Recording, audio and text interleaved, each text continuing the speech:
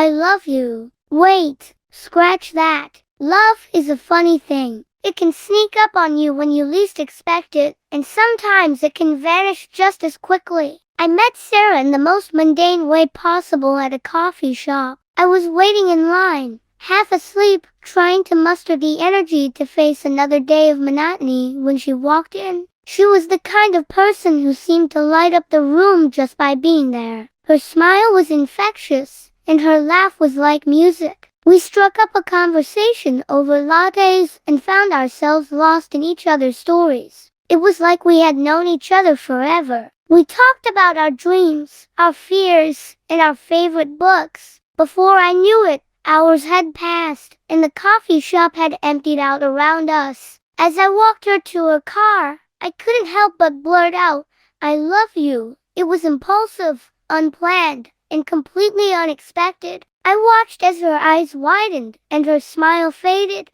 In that moment, I knew I had made a mistake. "I love you," she replied, her voice cautious. "But I think we should take things slow." I felt a wave of embarrassment wash over me. What had I been thinking? Love at first sight was a fairy tale, not something that happened in real life. I nodded, trying to hide my disappointment. Over the next few weeks, we did take things slow. We went on dates, spent evenings watching movies, and shared stories about our pasts. Sarah was incredible. She was kind, thoughtful, and had a sense of humor that could turn any bad day around. But the "I love you" incident hung over us like a cloud. Every time I thought about saying those words again, I couldn't bring myself to do it. I was afraid of scaring her away. Instead, I settled for "I really like you and you mean a lot to me." As the months passed, our connection grew stronger. We became inseparable, and it was clear to everyone around us that we were head over heels for each other. But I still couldn't bring myself to say those three little words. I was paralyzed by the fear of rejection. One evening, as we sat on her balcony, watching the sunset,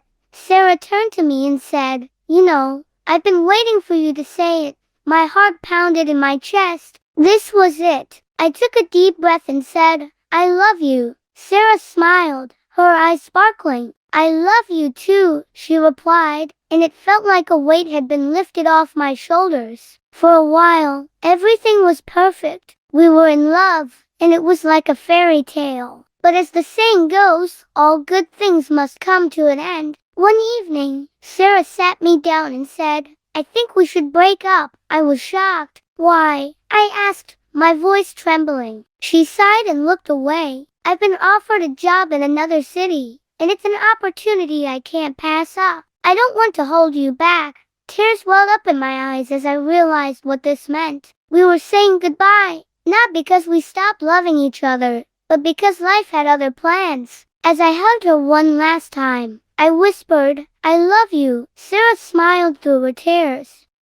"I love you too," she said, and then she was gone. Love is a funny thing. It can sweep you off your feet, leave you breathless, and then, just when you think it will last forever, it can slip through your fingers. But I wouldn't trade those moments with Sarah for anything in the world. I may have said "I love you" too soon, but I'll never regret it, because in that moment, I meant every word, and I always will.